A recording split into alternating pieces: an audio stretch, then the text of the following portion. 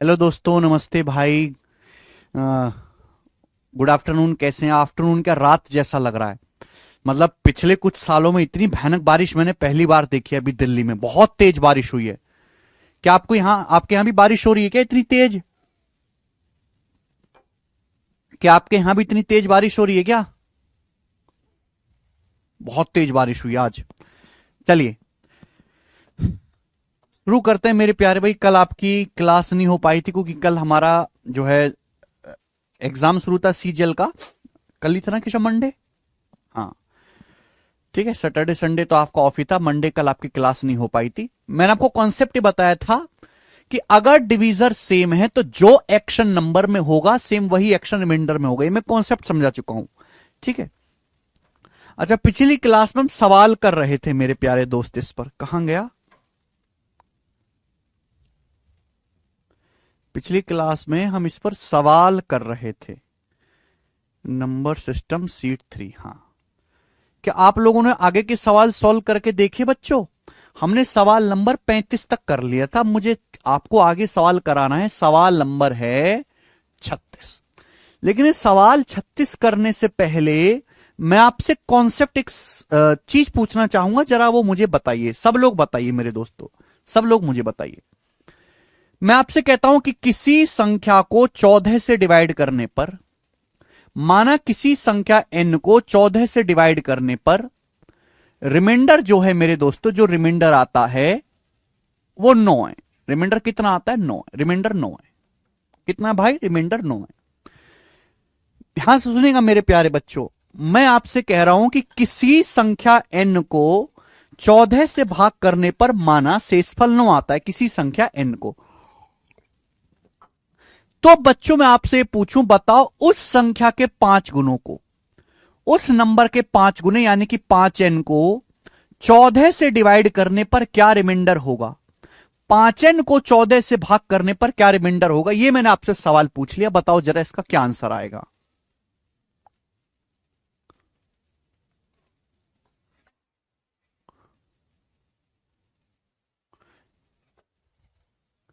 इसका क्या आंसर आएगा मेरे दोस्तों? किसी संख्या n को 14 से डिवाइड करने पर रिमाइंडर 9 है। इस संख्या के 5 गुने को 14 से डिवाइड करने पर क्या शेषफल होगा? यह मैं आपको कॉन्सेप्ट बता चुका हूं मेरे प्यारे भाई। ध्यान सुनेगा। मैंने क्या सिखाया है? मैंने यह सिखाया कि जो एक्शन नंबर में होगा वही रिमाइंडर में होगा। अगर मैंने संख्या का 5 गुना कर दिया बच्चों, 5 गुना, तो रिमाइंडर भी 5 गुना आना चाहिए। रिमाइंडर भी 9 का कितना आना चाहिए? रिमाइंडर भी 9 का 5 गुना आना चाहिए, 45।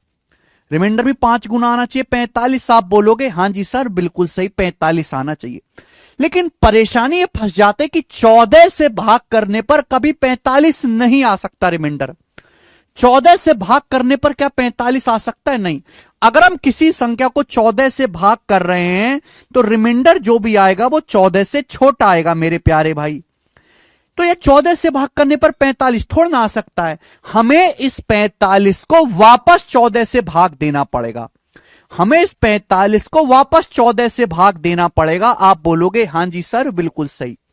तो जब मैं भाग दूंगा तो बेटा 45 को 14 से भाग दूंगा तो 14 तिया 42। क्या मैं 45 को ऐसे लिख सकता हूं? क्या मैं 45 को ऐसे लिख सकता हूं? 42 प्लस 3 45 होता है। क्या मैं 45 को ऐसे लिख सकता हूं? 42 प्लस 3 45। क्या मैं ऐसे लिख सकता हूं? आप बोलोगे हां जी सर आप लिख सकते हैं।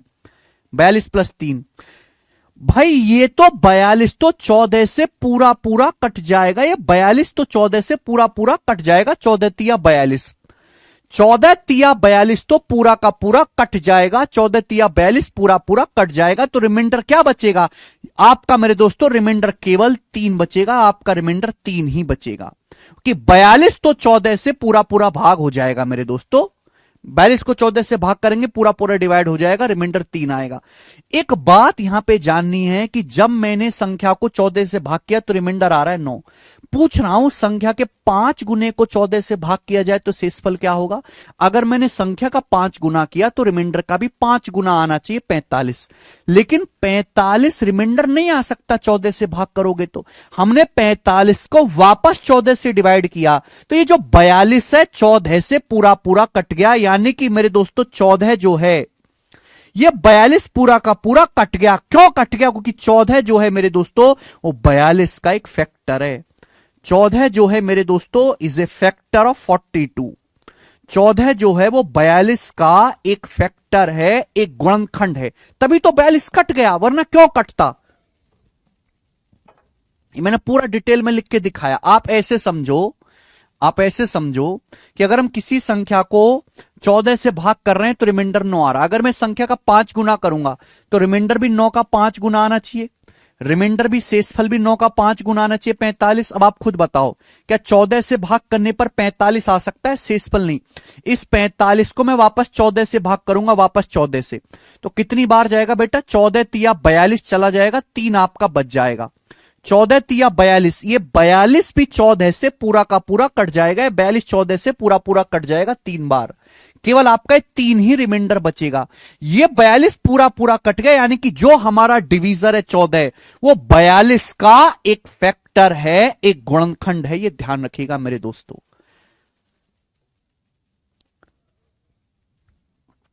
अगर आपको एक कॉन्सेप्ट समझ में आ गया है तो मैं आपसे एक सवाल पूछूंगा मेरे प्यारे भाई, वो भी लेटेस्ट सीएचएसएल 2024 प्री के पेपर का।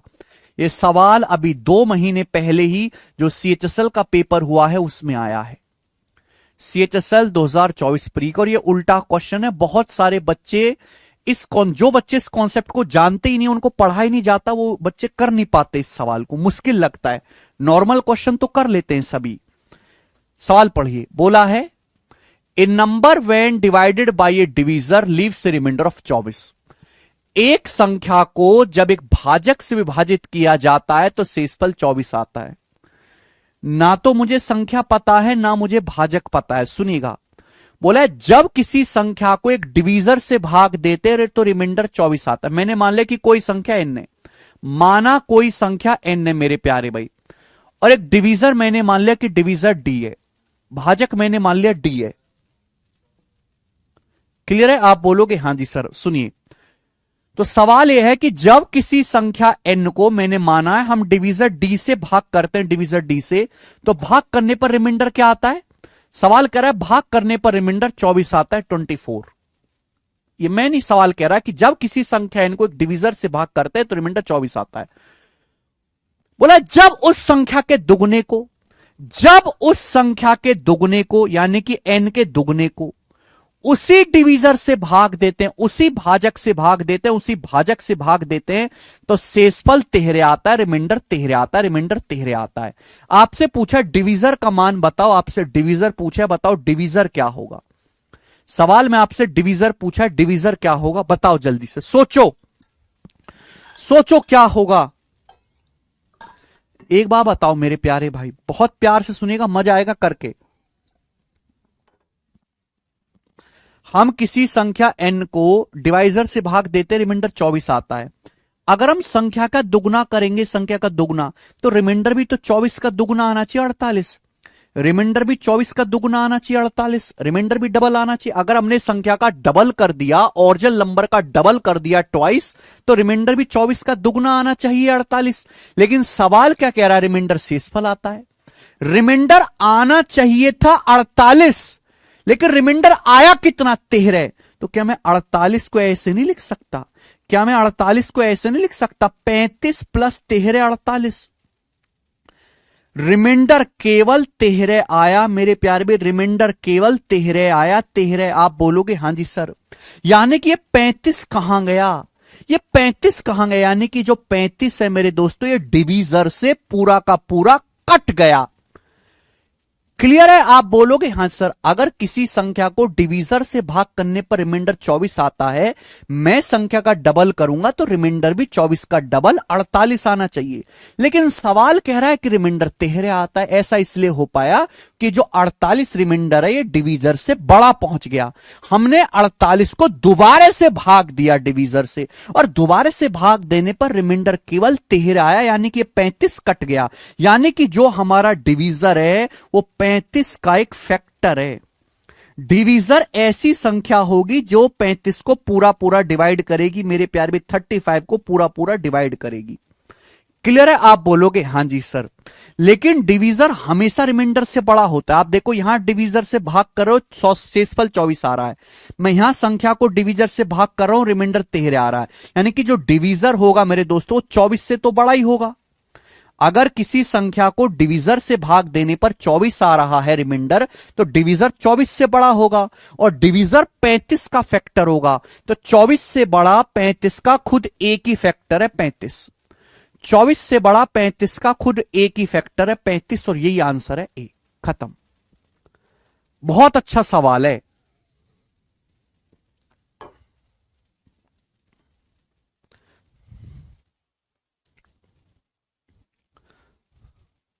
बहुत अच्छा सवाल है।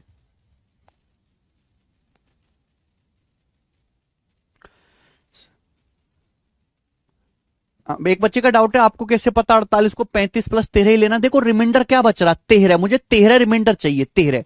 तो मैंने रिमाइंडर 13 अलग निकाल लिया, 48 में से 13 अलग निकाल लिया रिमाइंडर।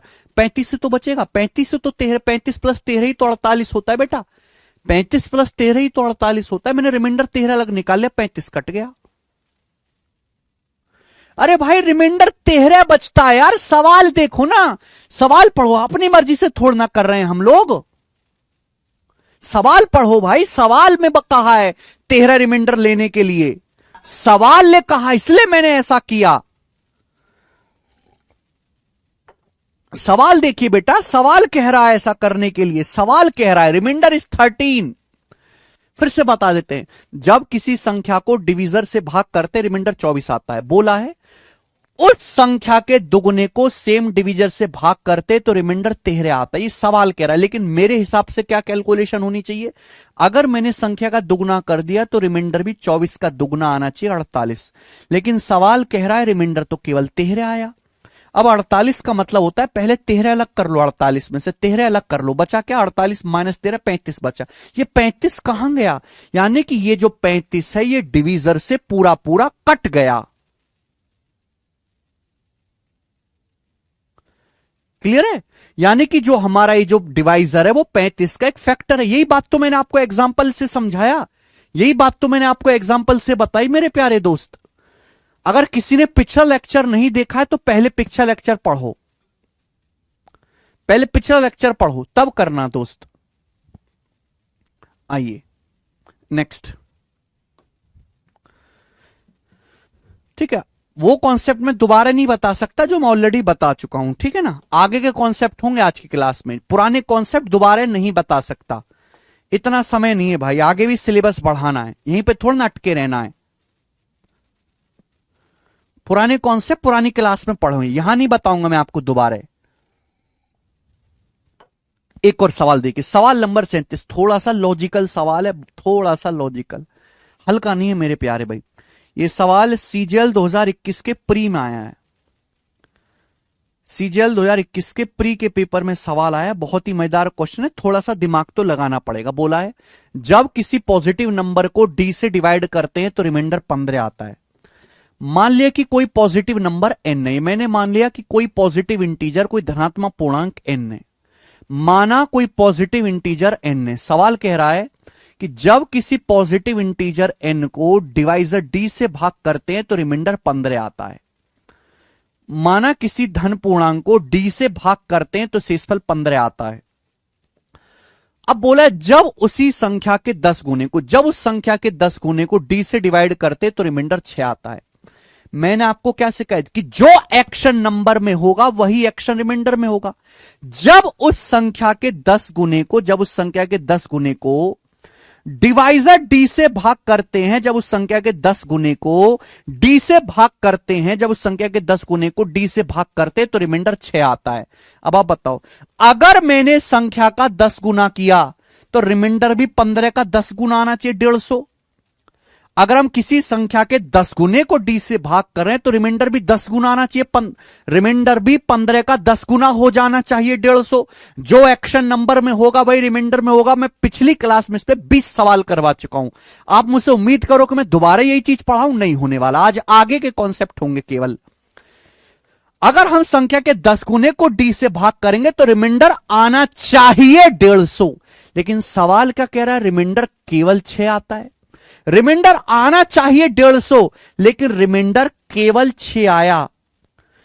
तो 150 का क्या मतलब होता है? 150 का मतलब होता है 144 प्लस 6, 150।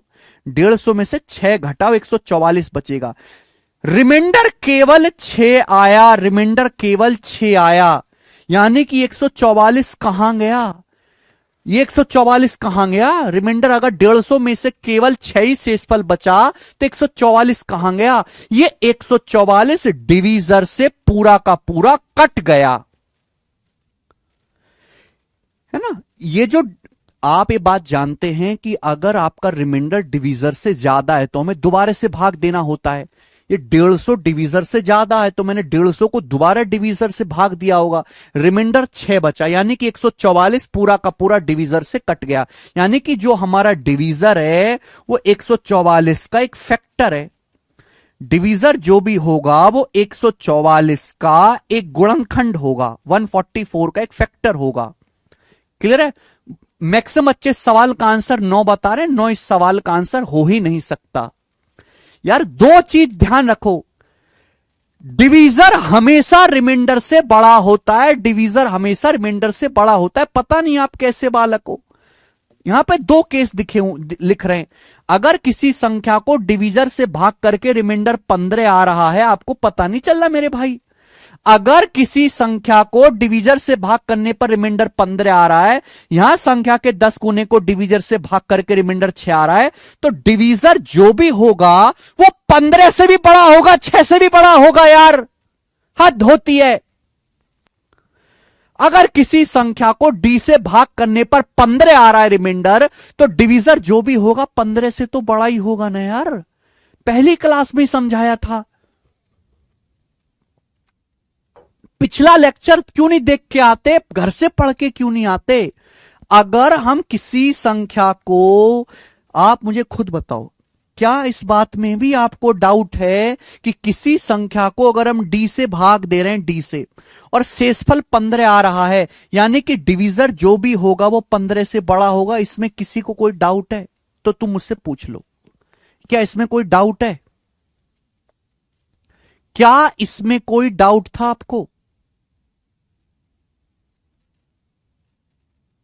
बताओ, आप क्यों नहीं पढ़ के आते हो घर से? मैं ये बात आपको 10 बार समझा चुका हूं, 10 बार एग्जाम्पल में दे चुका हूं कि जब भी हम भाग करते हैं तो भाग करने पर शेषफल जो आता है वो हमेशा जिस संख्या से भाग दे रहे हैं उससे छोटा आएगा। अगर हम भाग यहां पे डी से दे रहे हैं, रिमाइंडर 15 आ रहा है, 6 आ रहा है, 15 6 में बड़ा कौन है? 15, यानी कि डिवीजर जो होगा हमेशा 15 से बड़ा होगा, यानी कि 15 से बड़ा होना चाहिए था। ये 9 और 12 तो आंसर ही नहीं थे। 9 और 12 तो कभी आंसर हो ही नहीं सकते। मैं पहली लाइन पढ़ता और पहली लाइन से ही मैं 2 आंसर हटा देता, पहली लाइन से ही।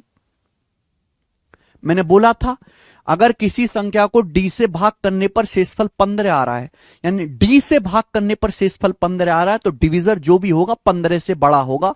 15 से बड़ा ये दोनों आंसर तो हो ही नहीं सकते थे। इनको तो मैं पहली ही लाइन से हटा देता, पहली लाइन से। आपने सुना ही क्यों नहीं भाई? यहां पे मेरे पास 2 केस बनते कि डिवीजर जो भी होगा 15 से बड़ा होगा। एक बात तो ये कि डिवीजर जो भी होगा 15 से बड़ा होगा। दूसरी बात कि डिवीजर जो भी होगा वो ऐसी संख्या होगी कि 144 को पूरा पूरा काटती हो। डिवीजर जो भी होगा वो ऐसी संख्या होगी जो 144 को पूरा पूरा काटती हो। सवाल में पूछा है डिविजिबल का डी का मिनिमम पॉसिबल वैल्यू क्या होगी, डी का न्यूनतम मान क्या होगा। सवाल में आपसे डी की मिनिमम वैल्यू पूछी है, तो क्या आपका दिमाग ये नहीं बता सकता बेटा कि 15 से जस्ट बड़ा वो कौन सा नंबर है जो 144 का फैक्टर हो? 15 से जस्ट बड़ा वो कौन सा नंबर है जो 144 को काटता हो? 15 से जस्ट बड़ा कौन सा नंबर है? जल्दी से बताओ। वो संख्या जो 144 को भी डिवाइड करती हो और 15 से भी बड़ी हो। तो 15 से अगला बड़ा नंबर है 16। 16 और 16 144 को भी भाग करता है 9 बार, यानी कि डिवीजर की जो मिनिमम वैल्यू होगी वो 16 होगी। और इस सवाल का सही आंसर 16 था। परेशानी है कि आप केवल एक बात पे ध्यान देते हो, दो बातों पे ध्यान देना है, दो बात पे।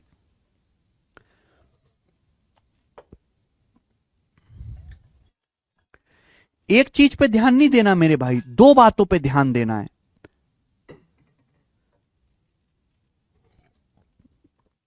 बेसिक कॉन्सेप्ट घर से पढ़ के आओ। जब मैं आपको सवाल बताऊं तो आपको सवाल करने से पहले आपको कॉन्सेप्ट पता होना चाहिए। हमने आपको सिखा दिया कि भाई अगर हम संख्या को 10 गुना कर रहे हैं तो शेषफल भी 10 गुना होगा। बोला है ना, संख्या का 10 गुना। जो एक्शन नंबर में होगा वही रिमाइंडर में होगा। Sir why not 18? आपसे क्या पूछा है? डी का मिनिमम वैल्यू ज्ञात करें, मिनिमम मान, डी का मिनिमम मान। मिनिमम मान बताना है। डी का मान 18 भी हो सकता है, डी का मान 18 भी हो सकता है, लेकिन मिनिमम मान नहीं है डी। 18 से छोटा डी का मान 16 है। आपसे डी का मिनिमम पॉसिबल वैल्यू पूछे, मिनिमम 16।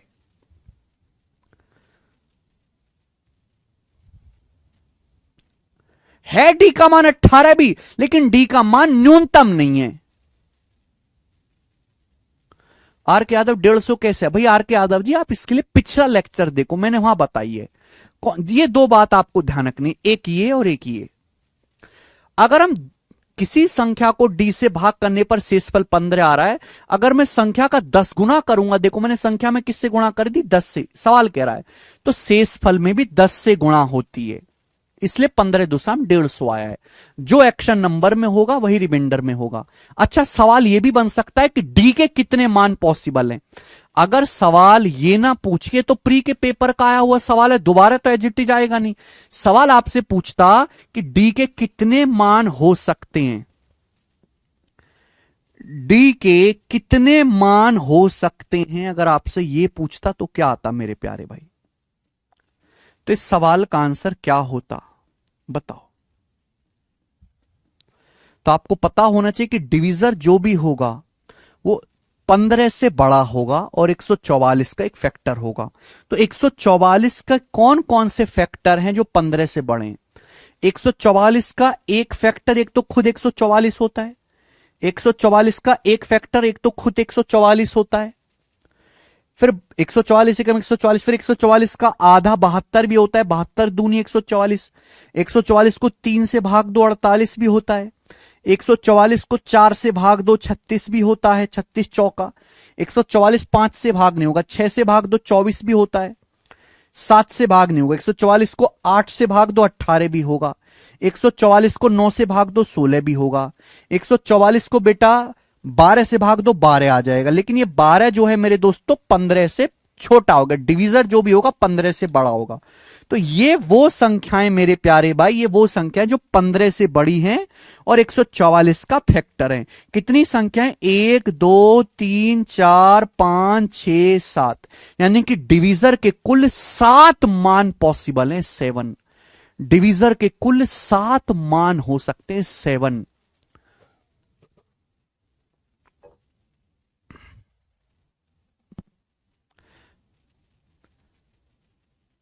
हाँ, चेक ही करना पड़ेगा, इसको ट्रिक नहीं है मनोज यादव जी, इसलिए सवाल मेंस लेवल का बनता है ना, इसलिए जो कॉन्सेप्ट है मेंस का है। 7 वैल्यू पॉसिबल है। लेकिन आपसे जो प्री के पेपर में सवाल पूछा वो इतना डिटेल में नहीं पूछा, उसमें केवल हल्की बात पूछी कि डिवीजर का मिनिमम मान क्या होगा। तो डिवीजर की सबसे छोटी वैल्यू 16 होगी, 16। ठीक है भाई, बहुत स्लो आदमी हो यार आप। इस स्पीड से तो हम कभी टाइम पे सिलेबस पूरा नहीं कर पाएंगे, जितने स्लो आपकी समझने की ताकत है। बिल्कुल आपका दिमाग ठुस हो चुका है, एकदम ठुस। चलिए एक और सवाल करेंगे, सवाल नंबर 38। एक और क्वेश्चन करेंगे, बताएं। ऐसा ही कितना? 100। करो जरा ये।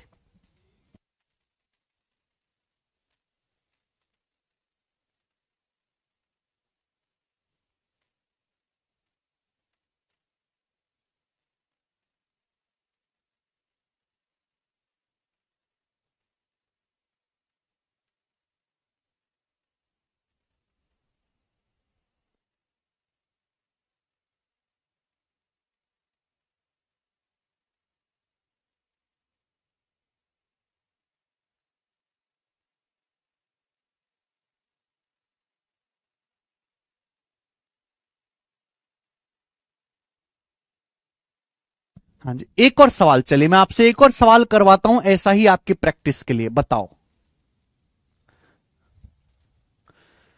एक और सवाल आपकी प्रैक्टिस के लिए। जब देखो, जिस सवाल में कोई लॉजिक नहीं लगाना होता ना, वो सब बच्चे कर लेते हैं। लेकिन जिस सवाल में लॉजिक लगाना होता है, लॉजिक, कॉमन सेंस, जो किसी फॉर्मूले से नहीं होते, उनमें बहुत सारे बच्चे फेल हो जाते हैं। इसलिए मैं ऐसे टाइप का ना एक से ज्यादा सवाल प्रैक्टिस कराता हूं, कि प्रैक्टिस ही वो तरीका है। मैं एक कॉन्सेप्ट आपको 20 बार सिखाऊं, नहीं हो सकता मेरे दोस्तों मजबूत। अगर उस कॉन्सेप्ट पे 20 सवाल मैं करवा दूं, वो मजबूत हो जाएगा। तलवार हर किसी को चलाना आता है, ऐसे ऐसे करके तलवार चलानी होती है, सबको आता है। लेकिन क्या हम किसी योद्धा से लड़ पाएंगे? नहीं लड़ सकते, क्योंकि हमारी प्रैक्टिस नहीं है। प्रैक्टिस बहुत बड़ा खेल है, प्रैक्टिस के सारे सब कुछ जीवन में हासिल किया जा सकता है। तो जो बच्चे अपने आप को गणित में कमजोर समझते हैं, उसका केवल एक ही कारण है कि कभी उन्होंने उतनी प्रैक्टिस नहीं की जितनी उनको करने की जरूरत थी। कुछ बच्चे होते हैं जिनको क्लास बोरिंग लगती है, लाइव क्लास, इसलिए वो लाइव पढ़ते ही नहीं। क्योंकि मैं जिस बात को समझाने में 10 मिनट लेता हूं, वो 1 मिनट में समझ लेते हैं। लेकिन किसी बालक के लिए 10 मिनट भी कम है, क्योंकि सारा खेल प्रैक्टिस का है। देखिए, जब एक धनात्मक पूर्णांक को डी से डिवाइड करते हैं तो रिमाइंडर पॉजिटिव आता है। माना कोई धनात्मक पूर्णांक n है, माना कोई संख्या n है, जब इसको d से भाग करते हैं तो शेषफल 25 आता है। रिमाइंडर क्या आता है? 25। ये मैं नहीं कह रहा, सवाल कह रहा है, रिमाइंडर 25 आता है। बोला जब उस संख्या के 8 गुने को d से डिवाइड करते हैं, देखो ना, जब उस संख्या के 8 गुणों को, मैंने संख्या क्या मानी है? n। मैंने एक संख्या n मान ली। तो जब आप इस संख्या के 8 गुने को d से डिवाइड करोगे तो आप मुझे बताओ रिमाइंडर क्या आएगा? अगर मैंने संख्या का 8 गुना कर दिया, 8 गुना, तो शेषफल भी 8 गुना हो जाएगा। शेषफल पहले 25 था, तो शेषफल भी 25 का 8 गुना हो जाएगा, 200। 25 का 8 गुना 200। लेकिन सवाल कह रहा है शेषफल कितना आता है? 8। शेषफल आना चाहिए था 200, लेकिन शेषफल आया 8। 8 ही आया शेषफल। 200 का क्या मतलब होता है? 200 होता है 192 जमा 8। शेषफल केवल 8 ही आया, रिमाइंडर केवल 8 ही आया। यानी कि 192 कहां गया? ये 192 कहां गया? 192 जो है वो आपका डिवीजर से पूरा पूरा कट गया। ये 192 पूरा पूरा डिवाइड हो गया डिवीजर से। यानी कि जो हमारा डिवाइजर होगा वो 192 का एक फैक्टर होगा। डिवीजर ऐसी संख्या होनी चाहिए जो 192 को पूरा पूरा काट दे और आपका शेषफल 8 ही बच जाए।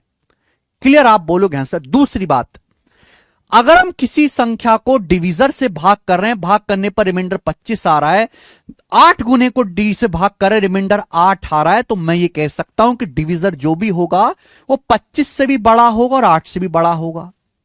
अगर डी से भाग करने पर शेषफल 25 और 8 आ रहा है, तो डिवीजर जो भी होगा 25 से बड़ा होगा, 8 से भी बड़ा होगा, यानी कि 25 से बड़ा होना चाहिए। तो डिवीजर 25 से बड़ा होना चाहिए मेरे प्यारे भाई, यानी कि ये तो आंसर है ही नहीं, ये तो कभी आंसर आ ही नहीं सकता। अब बताओ 25 से बड़ा ऐसा कौन सा नंबर है जो 192 का गुणनखंड हो? 192 का ऐसा गुणनखंड कौन सा है जो 25 से बड़ा हो? तो 192 28 से भाग नहीं होता, 36 से भाग नहीं होता, 32 से होता है। 32 छिक्का 192, 32 आंसर आ गया। मैंने ऑप्शन से पकड़ लिया सवाल, 32।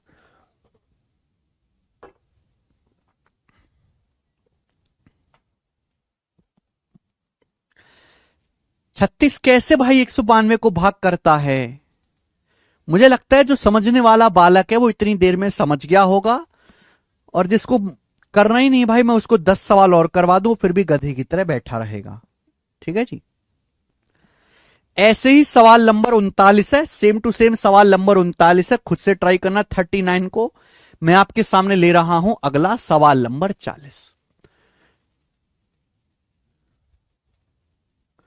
मैं आपके सामने अगला ले रहा हूं सवाल नंबर 40। ये बताइए क्या आंसर है। बहुत बहुत प्यारा सवाल है ये सवाल। 40 नंबर क्वेश्चंस आपके सामने है।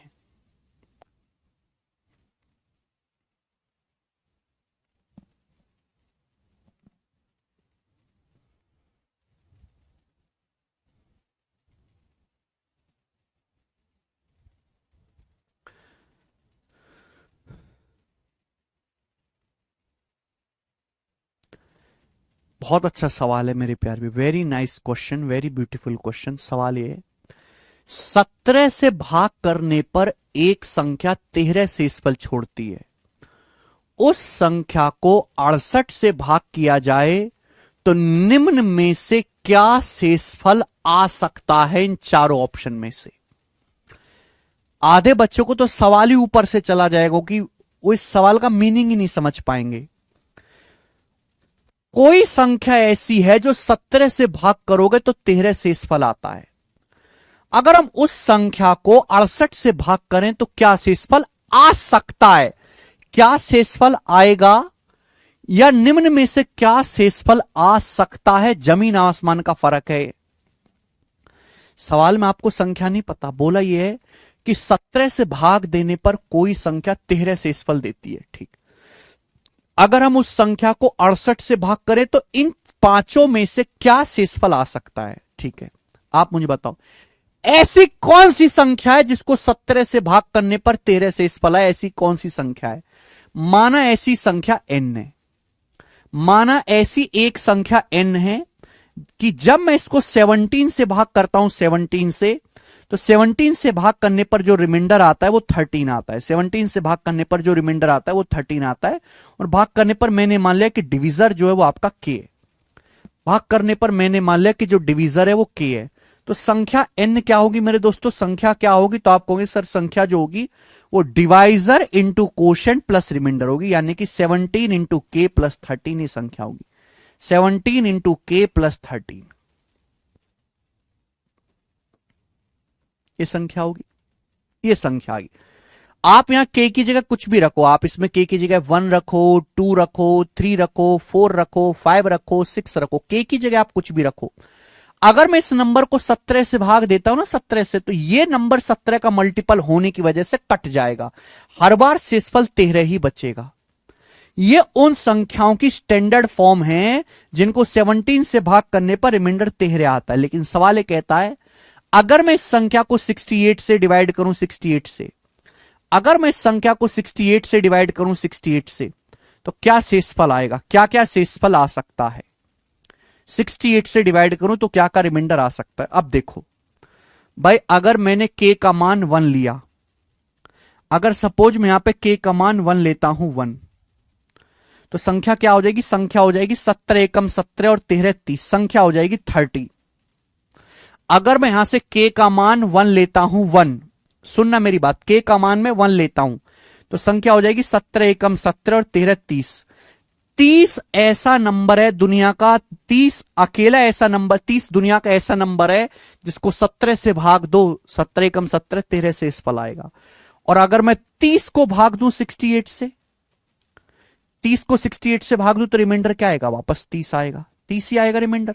छोटी संख्या को बड़ी संख्या से भाग देंगे रिमाइंडर 30 आएगा मेरे प्यारे भाई। अगर मैं k की जगह 2 लेता हूं 2, तो संख्या क्या बनेगी, संख्या बनेगी भाई 17 दूनी 34 और 13 47, संख्या बनेगी 47। k को 2 लेता हूं और 47 को 68 से भाग करने पर शेषफल क्या आएगा, 47 है। अगर मैं 47 को 68 से भाग करूं तो शेषफल 47 आएगा। ठीक, अगर मैं k को 3 लेता हूं 3, अगर मैं k को 3 लेता हूं तो संख्या क्या बनेगी, संख्या बनेगी भाई 17 3 51, 51 में 13 जोड़ेंगे 64, संख्या हो जाएगी 64। 64 एक ऐसा नंबर है जिसको 17 से भाग करो तो 13 शेषफल आता है। अब अगर मैं इसको 68 से भाग करूंगा, 68 से मेरे प्यारे भाई 68 से, 68 से डिवाइड करूंगा तो रिमाइंडर क्या आएगा, 64 ही आएगा। रिमाइंडर 64 ही आएगा मेरे प्यार भी, आ जाएगा। छोटी संख्या को बड़ी संख्या से भाग देंगे तो रिमाइंडर छोटी संख्या ही आता है, मैं पढ़ा चुका हूं।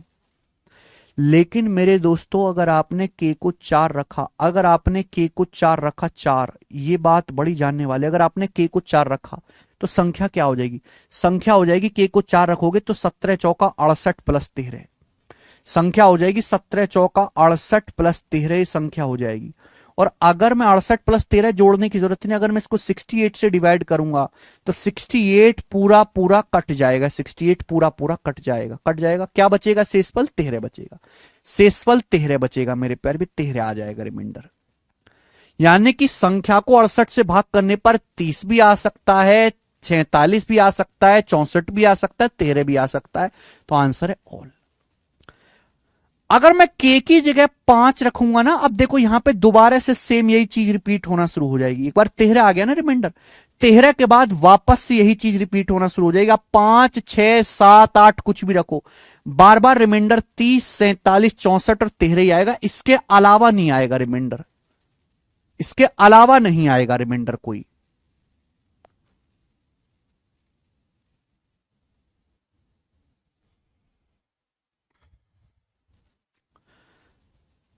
केशव पानी करना। हाँ, के को आप 0 भी ले सकते हो अंजलि, के को 0 लोगे तो संख्या हो जाएगी 13, और 13 को 68 से भाग करने पर भी अंजलि रिमाइंडर 13 ही आएगा, कोई दिक्कत नहीं है। ये मैंने आपको बहुत डिटेल में करके समझा, ये इतना लिखना नहीं, ये सारा का सारा प्रोसेस दिमाग में करना है, दिमाग में सारा का सारा प्रोसेस दिमाग में करना, लिखना नहीं है ये,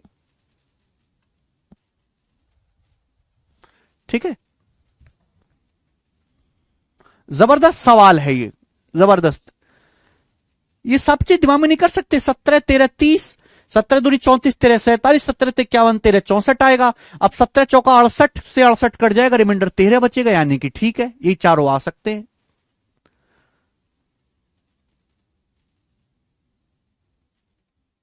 ओके, आगे चलेंगे। बहुत ही हालत खराब है यार आप लोगों की। अगला सवाल नंबर है मेरे दोस्तों 41, 41 करिए, 41वां सवाल, 40 के बाद 41वां सवाल, सवाल नंबर 41। ये जो क्वेश्चन आपके सामने सीडीएस के पेपर का है, 2020 का, सीडीएस 2020 का प्रीवियस क्वेश्चन है। ये सारे सवाल मेरे दोस्तों मेंस लेवल के हैं, ये मान के चलिए।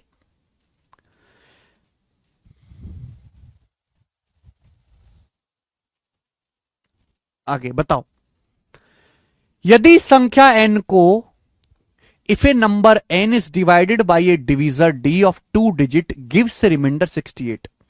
सवाल में बोला है जब किसी संख्या n को एक 2 अंकों के डिवीजर से डिवाइड किया जाता है तो रिमाइंडर 68 आता है। जब किसी संख्या n को एक 2 अंकों के भाजक d से भाग किया जाता है, यानी कि डिवीजर जो है वो एक 2 अंकों की संख्या है। डिवीजर जो है मेरे प्यारे भाई वो 2 डिजिट नंबर है, 2 अंकों की संख्या है। Divisor is a 2 digit number, ऐसा सवाल में कहा गया है कि जब एक संख्या n को डिवाइजर d से भाग किया जाता है तो डिवाइड करने पर जो रिमाइंडर आता है 68 आता है, 68। डिवीजर एक 2 अंकों की संख्या है, 2 अंकों की संख्या, इस सवाल में कह दिया है, बता दिया, डिवीजर हो तो कुछ भी सकता है लेकिन 2 अंकों की संख्या लेना है। बोला यदि 5n को d से डिवाइड किया जाए तो रिमाइंडर 8 बचता है। अगर किसी संख्या n को d से भाग करने पर रिमाइंडर 68 आता है, तो अगर मैं 5n को d से भाग करूं तो रिमाइंडर क्या आएगा? अगर मैं 5n को d से भाग करूं तो रिमाइंडर क्या आएगा मेरे प्यारे भी? जवाब दो। अगर मैंने संख्या का 5 गुना कर दिया, 5 गुना, तो रिमाइंडर भी 68 का 5 गुना आना चाहिए। मैं कई बार बता चुका हूं 68 का 5 गुना होता है 340, रिमाइंडर 340 आना चाहिए।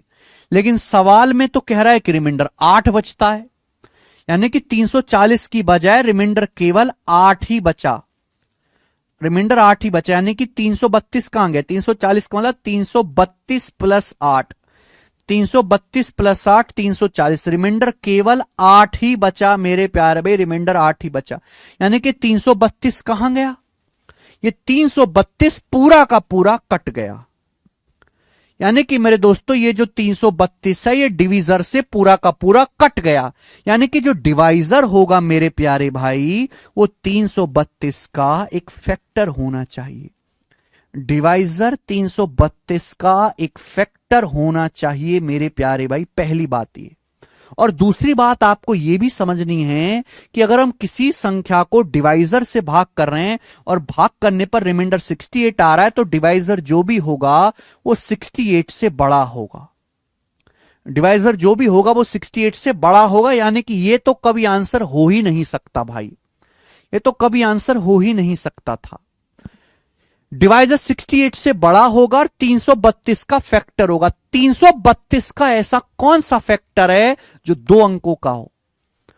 ऐसा कौन सा संख्या है जो 2 अंकों का हो और 332 को भाग करते हो? 332 नहीं हो सकता। 332 3 अंकों की संख्या है, हमें 2 अंकों की संख्या चाहिए। तो 32 में 4 आता है तो 332 4 से कटता होगा बेटा। 332 4 से कटता होगा, 4 अट्ठे 32 और एक 4 तिया 12, 4 गुणा 83, यानी कि 83 दिख रहा है एक बच्चा। 332 का एक फैक्टर 83 है। 332 का एक फैक्टर 83 और 83 एक अभाज्य संख्या, आगे नहीं तोड़ सकते 83 को। लेकिन 332 का मात्र एक ही गुणनखंड है भाई ऐसा जो 2 अंकों का है, 83 2 अंकों का है। यानी कि 83 आपके डिवीजर की वैल्यू है। डिवीजर क्या आएगा आपका? 83 है। बहुत अच्छा सवाल है।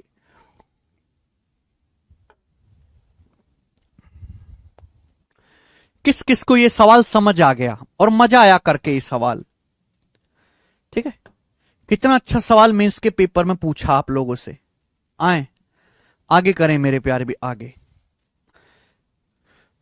सवाल नंबर 42 ये करके दिखाओ मेरे भाई। ये सवाल आप करके दिखाएंगे 42। ये नया क्वेश्चन है मेरे दोस्तों, ये प्रीवियसर नहीं है। अभी तक जो करा है वो सारे प्रीवियसर थे, ये नया सवाल है। ये मैं हिंट दे रहा हूं एग्जामिनर को, भाई आगे ऐसे सवाल बना फ्यूचर में, करके दिखाइए। इस सवाल का सही आंसर करके बताइए।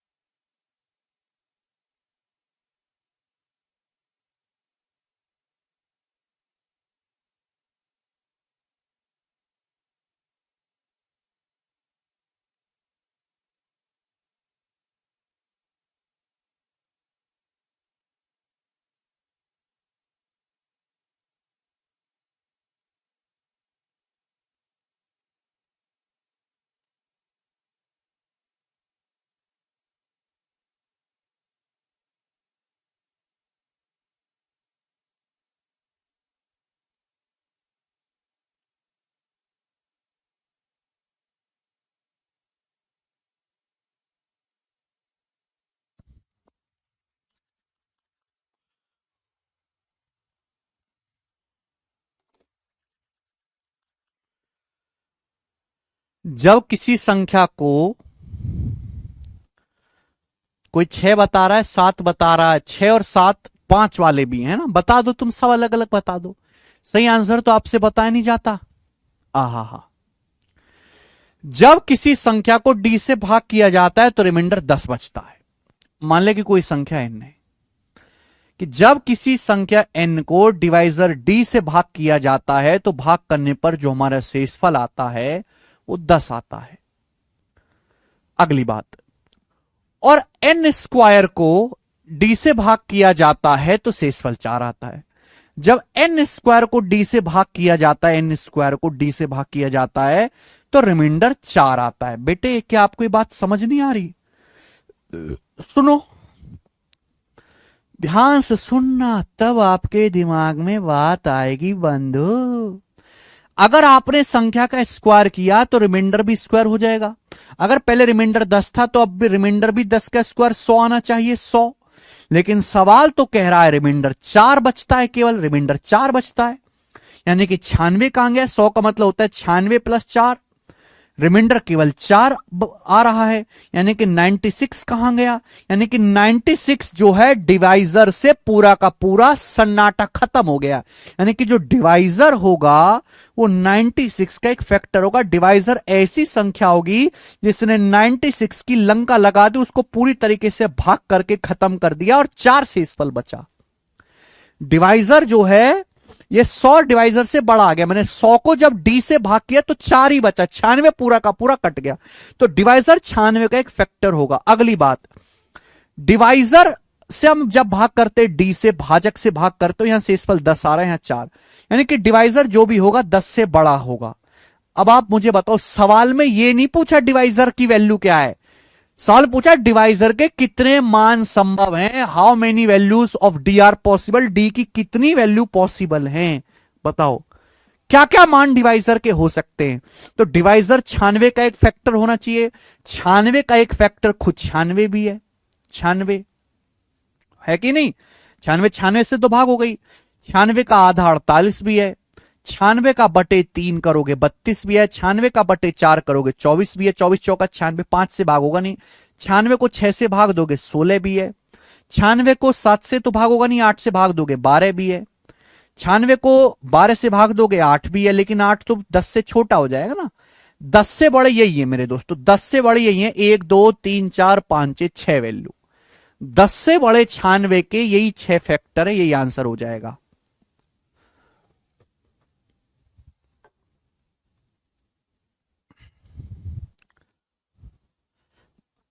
छियानवे का आधा 48, 96 का बटे 3, 3 से भी तो भाग होता है 32, 96 4 से भी भाग होता है 24, 6 से भी भाग होता है 16, 96 8 से भी भाग होता है। ये 6 वैल्यू है। क्या आप लोगों ने अपना दिमाग इतना खर्च कर दिया है या इतना कम खर्च किया है कि आप 96 के बच्चे नहीं ढूंढ सकते? क्या आप अपने आप को इतना कमजोर साबित कर रहे हो कि आप 96 के बच्चे ना ढूंढ पाए, आप 96 के बच्चे ना ढूंढ पाए? आप खुद सोचो, आप इतने बड़े हो गए उम्र में और आप 96 के बच्चे नहीं ढूंढ पा रहे सही से। क्या लेवल है आप लोगों का, आप सोचो।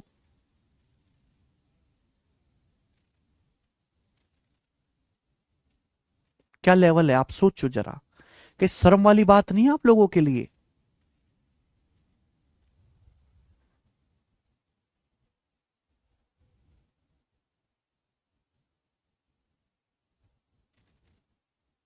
इजी क्वेश्चन है। दो चीजों पे आपको यहां पे ध्यान देना है, दो चीजों पे। 44 क्या बता रहे हो भाई, है ना? एक तो ये कि डिवीजर 10 से बड़ा होना चाहिए, 10 से बड़ा, और दूसरी बात कि डिवीजर 96 का एक फैक्टर होना चाहिए, 96 का एक गुणनखंड होना चाहिए, ऐसी संख्या जो 96 को पूरी तरीके से भाग दे दे।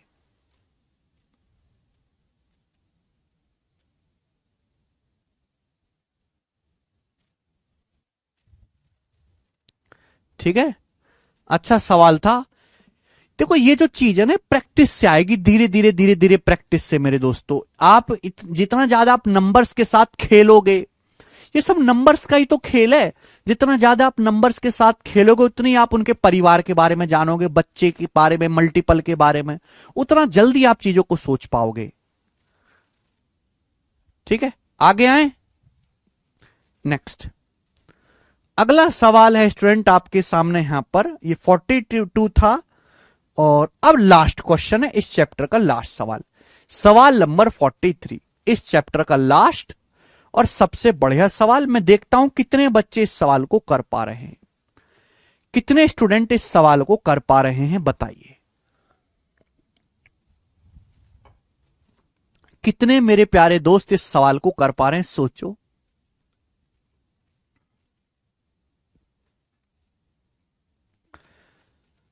आसान, ये काफी पुराना क्वेश्चन है, मेंस के पेपर का, बहुत पुराना सवाल है।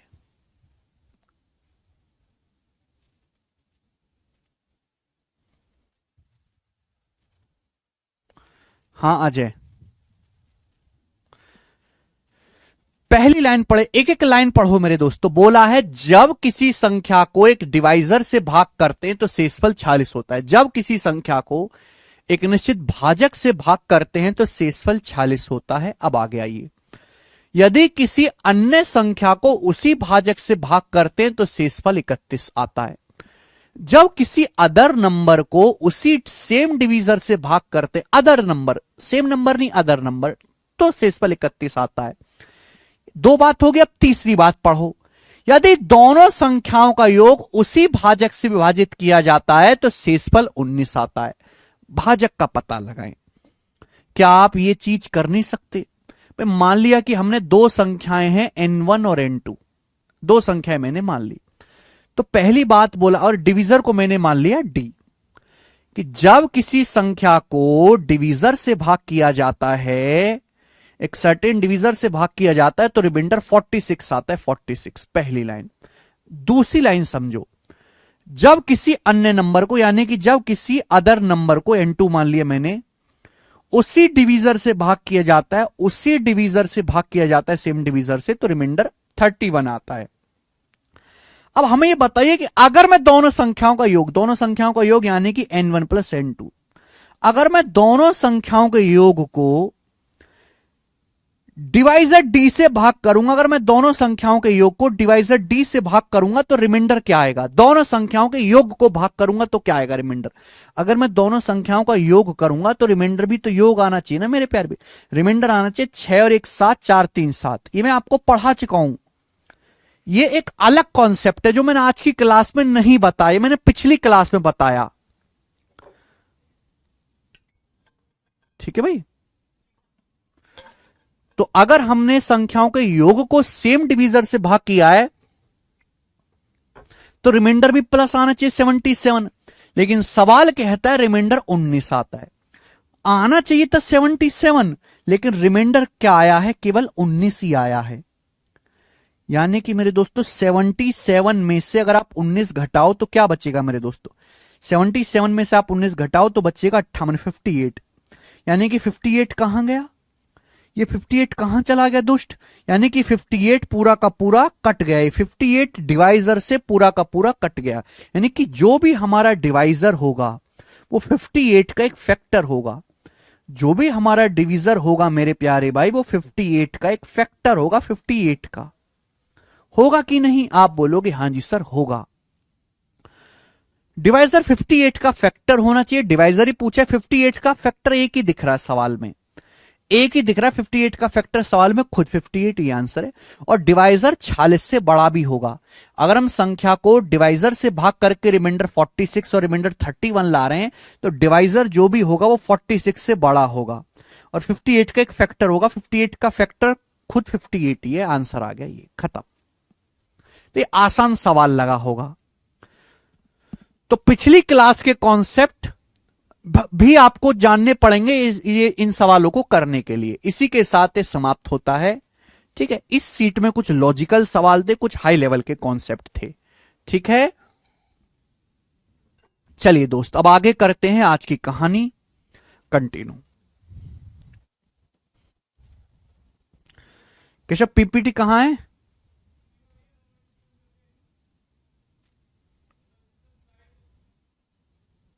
हाँ हाँ,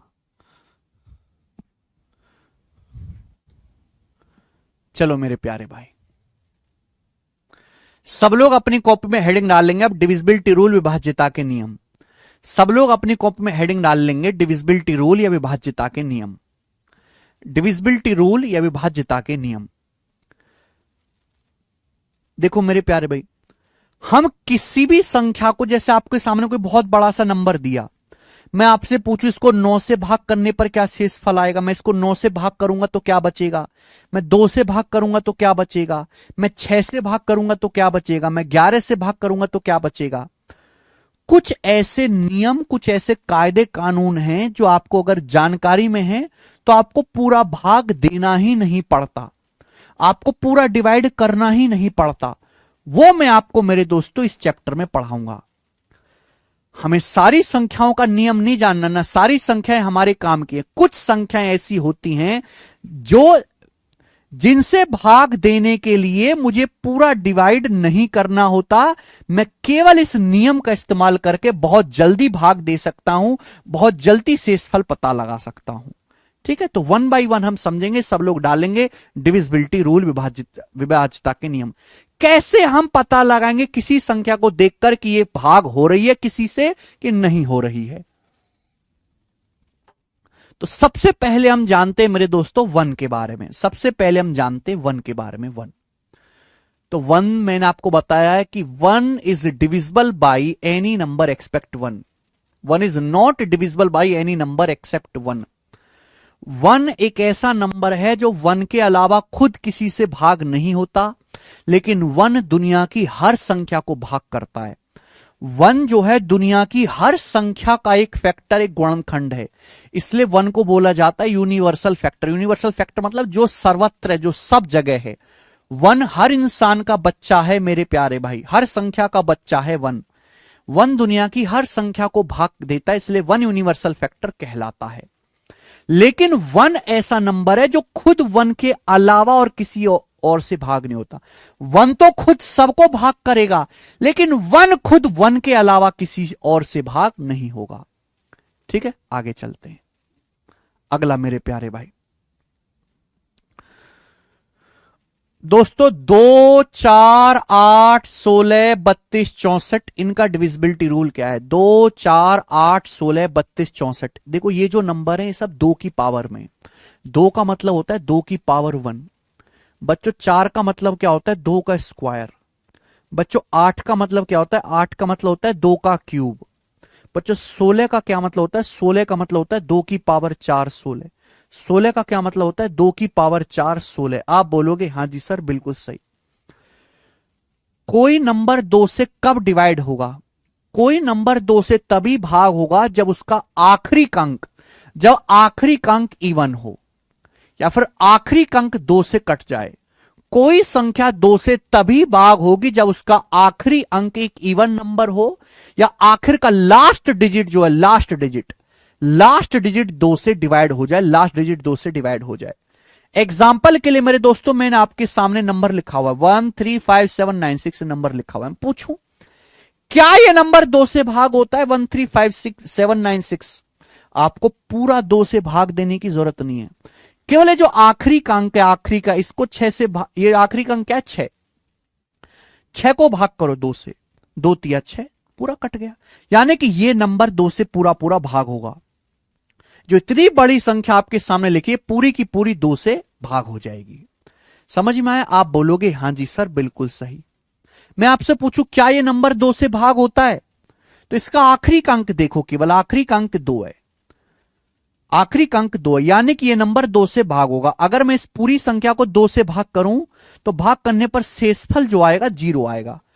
पूरा भाग होने का मतलब आखिर में भाग करने पर शेषफल 0 बचेगा। ठीक है मेरे दोस्तों, आप बोलोगे हाँ सर। मैं आपसे जैसे एक और नंबर पूछ लेता हूं, बच्चों बताओ क्या यह नंबर 2 से भाग होगा? 53197, क्या यह नंबर 2 से डिवाइड होगा बच्चों? क्या यह संख्या 2 से भाग होगा? बताइए।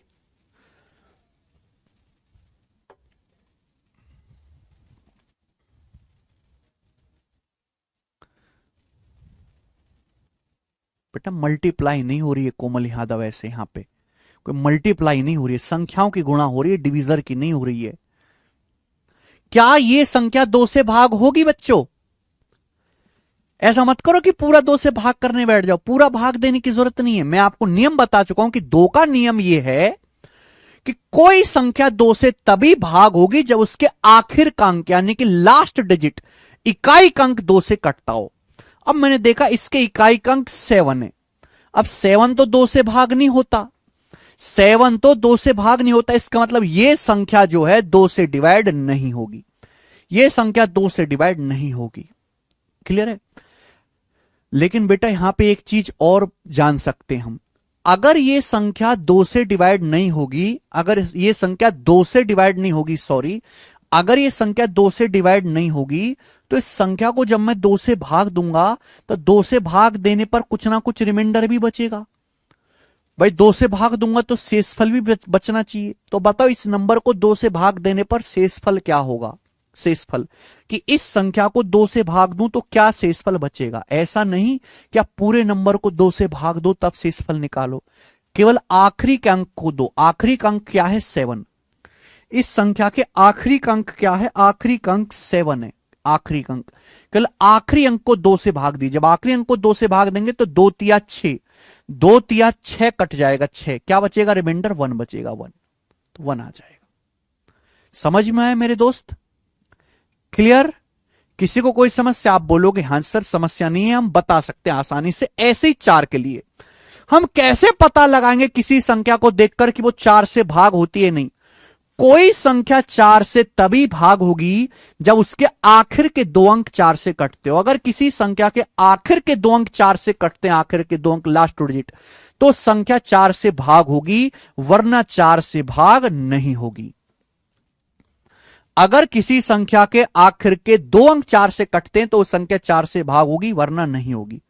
जैसे यहां देखिए मेरे प्यारे भाई एग्जाम्पल, क्या यह संख्या 4 से भाग होती है? तो ऐसा नहीं पूरा भाग करना पड़ेगा 4 से, आखिर के 2 अंक देखो। आखिर के 2 अंक है 52, 52 का 4 से कटता है 13, 4 गुणा 13 52। हां जी, ये पूरी संख्या 4 से भाग होगी।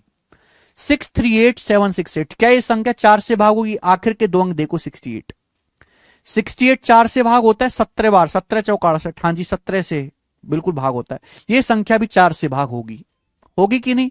आप बोलोगे हां जी सर होगी। अब बच्चों मैं आपके सामने नंबर लिख देता हूं, मैं आपके सामने एक नंबर लिख देता हूं 5931687। क्या यह संख्या 4 से डिवाइड होगी बेटा? क्या यह नंबर 4 से डिवाइड होगा? क्या यह नंबर 4 से भाग होगा बच्चे? बताओ जरा जी। सावित्री शुक्ला,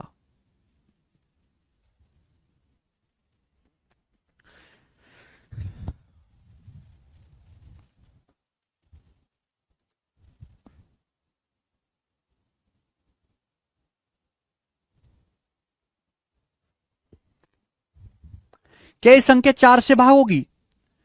क्यों नहीं भागोगी 4 से? पूरा 4 से भाग करने की जरूरत नहीं, केवल आखिर के 2 अंक देखो। आखिर के 2 अंक 87, क्या 87 4 से भाग कटता है? 4 दूनी 8, नहीं, 87 4 से भाग नहीं होता। इसका मतलब मेरे प्यारे बच्चों यह संख्या 4 से भाग नहीं होगी। जब यह संख्या 4 से भाग नहीं होगी तो जाहिर सी बात है इस संख्या को 4 से भाग देने पर कुछ ना कुछ शेषफल भी बचेगा, कुछ ना कुछ रिमाइंडर भी बचेगा। तो आप वो शेषफल भी पता लगा सकते हो कि अगर मैं इस संख्या को 4 से भाग दूं तो क्या शेषफल बचेगा बिना भाग दिए। अब बिना भाग दिए ये इतना बड़ा नंबर है, 4 से भाग देने में कितना टाइम लग जाएगा आप लोगों को।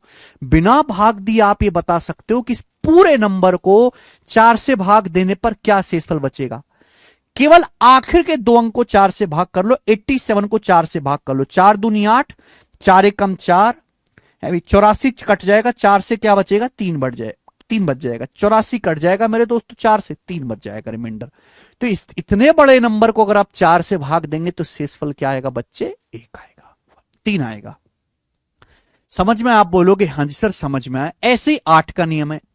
अब देखो आप आगे के नियम खुद बनाना शुरू करोगे। 8 का नियम क्या है? कोई नंबर 8 से तभी कटेगा जब आखिर के 3 अंक 8 से कटते हो। कोई संख्या 8 से तभी कटेगा जब उसके आखिर के 3 अंक 8 से कट, तो last 3 digit should be divisible by 8।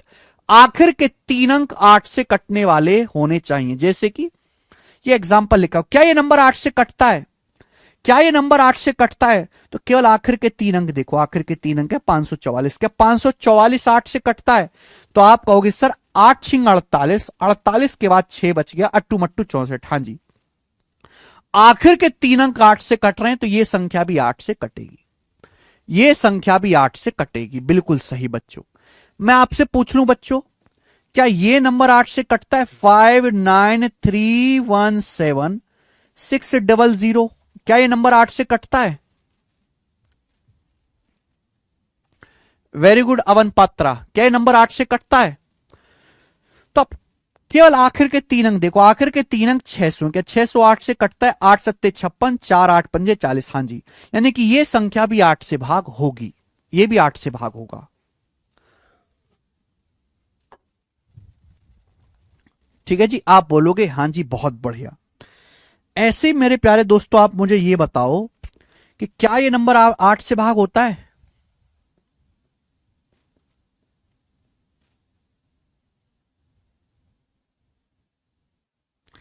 क्या ये नंबर 8 से भाग होता है?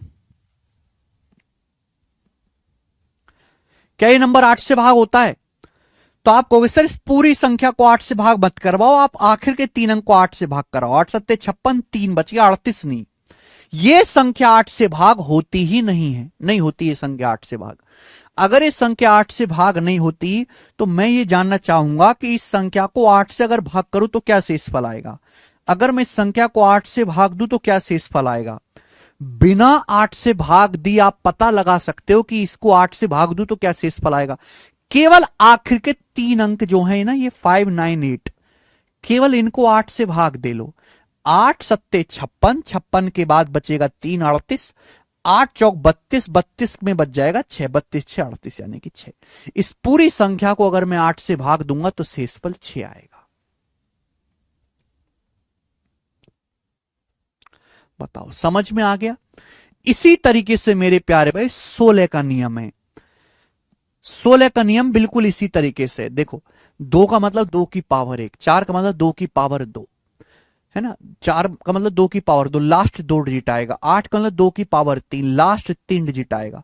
16 का मतलब 2 की पावर 4, लास्ट 4 डिजिट आएगा। कोई संख्या 16 से तभी डिवाइड होगी जब उसके आखिर के 4 अंक 16 से कटते हो।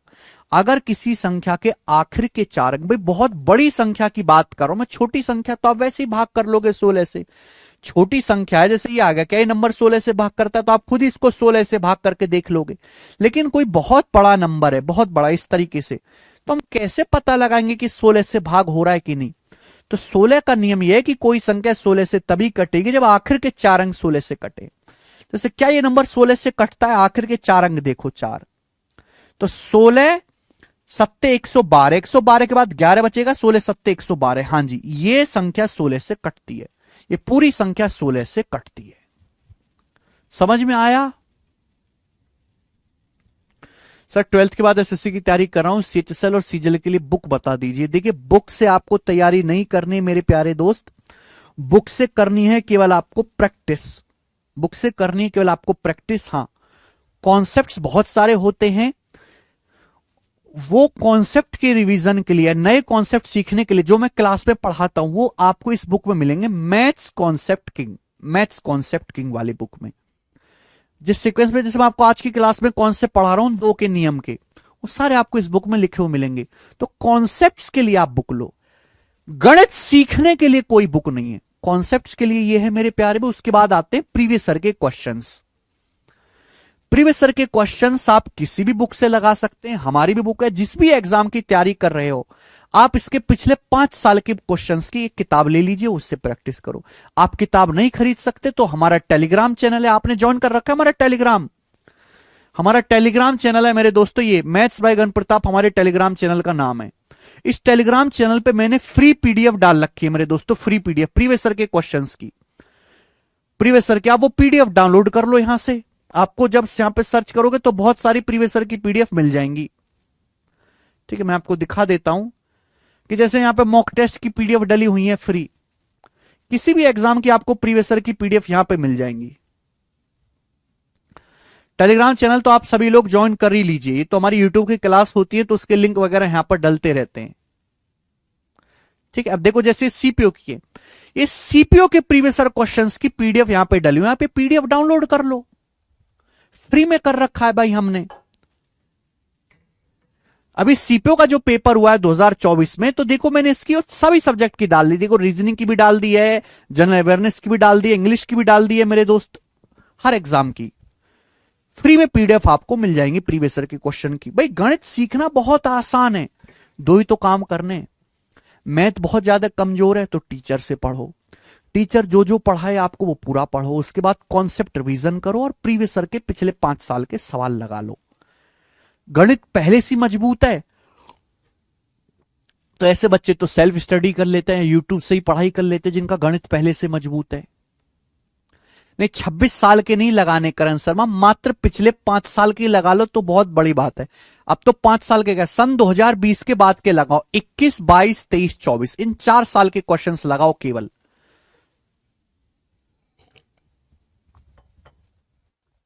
ठीक है जी, ओके नेक्स्ट। अगला कॉन्सेप्ट मेरे प्यारे भाई, अगला कॉन्सेप्ट क्या है 5 के लिए, अगला कॉन्सेप्ट है 5 के लिए। जैसे बच्चों 2 का नियम था वैसे ही 5 का नियम है, जैसे 2 का नियम है मेरे दोस्तों वैसे ही 5 का नियम है। 5 क्या होता है, 5 होता है मेरे दोस्तों 5 की पावर 1, 25 का मतलब 5 का स्क्वायर, 125 का मतलब 5 का क्यूब।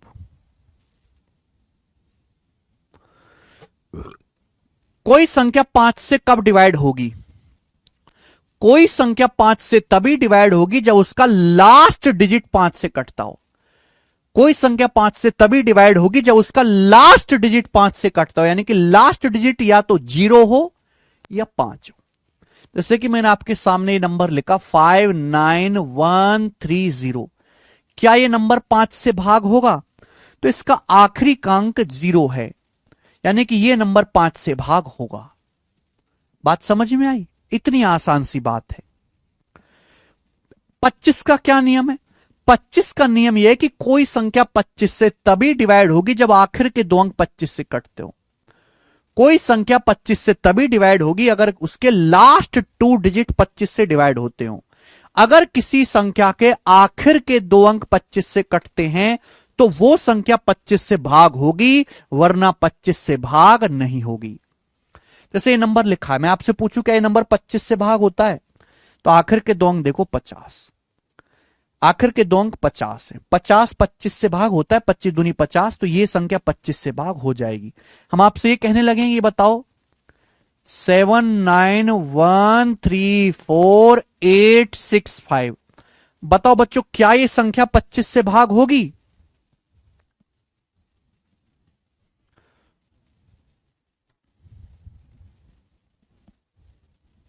क्या हुआ अमित कुमार, क्या ये संख्या 25 से डिवाइड होगी बच्चों। तो इसके आखिर के 2 अंक देखो, आखिर के 2 अंक 65 है, क्या 65 25 से भाग होता है, 25 दूनी 50, 25 तिया 75, 25 तिया 75 होता तो ये 25 से भाग होती, पर यहां 65 है, 65 होने की वजह से संख्या 25 से भाग नहीं होगी। ठीक है भाई, समझ में आया। मैं आपके सामने लिखता हूं, ये बताओ 8312600, क्या यह संख्या 25 से भाग होगी बेटा, क्या यह संख्या 25 से डिवाइड होगी, क्या ये नंबर 25 से डिवाइड होगा। तो इसके आखिर के 2 अंक देखो, आखिर के 2 अंक है 00, और 0 एक ऐसा नंबर है जो दुनिया में हर किसी से भाग होता है। 0 is divisible by any number, 0 is divisible by 0 is divisible by any number. 00 25 से भाग होता है, ये संख्या 25 से पूरा पूरा भाग होगी। यस इट विल, ये संख्या 25 से पूरा पूरा भाग होगी। ठीक है, 8312600 25 से कंप्लीटली डिवाइड होगी, लास्ट में 00 है और 00 25 से कटता है। 125 आप खुद से पहचान सकते हैं कि 125 में 5 की पावर 3 है, कोई संख्या 125 से तभी भाग होगी मेरे प्यारे बेटे जब उसके आखिर के 3 अंक 125 से कटते हैं। अगर किसी संख्या के आखिर के 3 अंक 125 से कटते तो संख्या 125 से कटेगी, वरना नहीं। जैसे ये देखिए 691875, लास्ट के 3 अंक क्या है? 875। क्या 875 125 से कटता है? हां जी कटता है 7 बार। 125 सत्ते 875 कटता है भाई, यानी कि ये पूरी संख्या 125 से डिवाइड होगी। ठीक है भाई, मुझे लगता है बात आपको समझ में आई। देखो ये जो संख्या ना 125 से बहुत इंपॉर्टेंट संख्या है, वेरी इंपॉर्टेंट नंबर। 125 एक इंपॉर्टेंट नंबर है, तो मैं आपसे गुजारिश करूंगा कि 125 का पहाड़ा याद कर लो। 125 दूनी 250, 125 या 375, चौका 500, पंजे 625। ठीक है भैया, और इस तरीके से छिक्का 750, सत्ते 875, फिर 125 अट्टे 1000। तो 125 का पहाड़ा याद कर लीजिए, 125 का टेबल याद कर लीजिए। 125 ऐसा नंबर है जो कैलकुलेशन में भी बहुत ज्यादा इस्तेमाल होता है। 125 का पहाड़ा याद कर लीजिए। ठीक है, तो जैसे 2 का नियम है बिल्कुल वैसे ही 5 के नियम चलते हैं। अब मैं आपसे यह पूछने लगूं कि बताओ 625 का नियम क्या होगा? कोई संख्या 625 से कब डिवाइड होगी? तो मैंने आपको 625 के बारे में तो नहीं बताया, लेकिन आप खुद से सोच सकते हैं मेरे प्यारे भाई कि 625 जो होता है वो 5 की पावर 4 होता है। यानी कि कोई संख्या 625 से तभी भाग होगी जब उसके आखिर के 4 अंक 625 से कटते हो। अगर किसी संख्या के आखिर के 4 अंक 625 से कटते हैं तो वो संख्या 625 से डिवाइड होगी, वरना 625 से डिवाइड नहीं होगी। ये आप खुद से सोच सकते हो। यस सौरभ कुमार।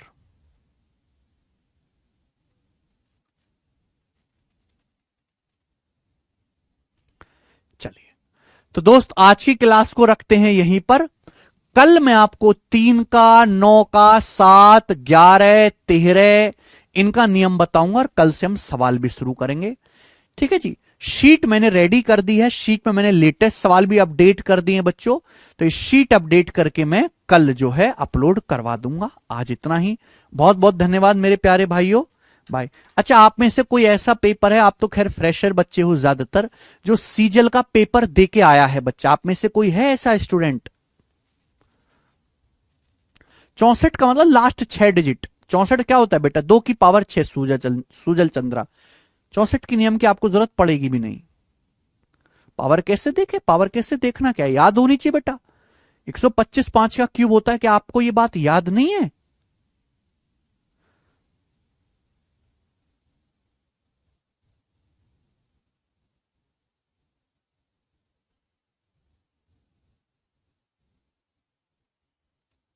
अच्छा, अभी किसी ने नहीं दिया आप में से ज्यादातर, अगले साल ही दोगे आप, हैं?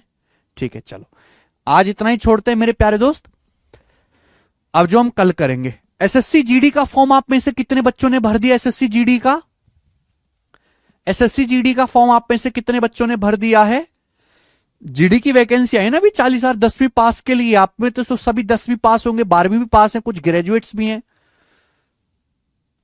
अगर आपकी उम्र 18 से 26 साल के बीच में है तो आप ये फॉर्म भर दीजिए मेरे दोस्त।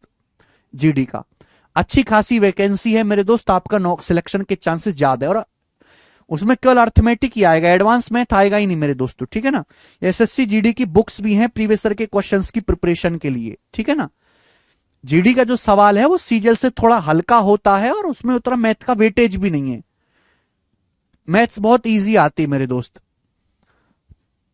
जीडी का फॉर्म आप लेकिन जरूर सब भर दीजिए। ओके, चलिए आज इतना ही, बाकी कल करेंगे। बाय।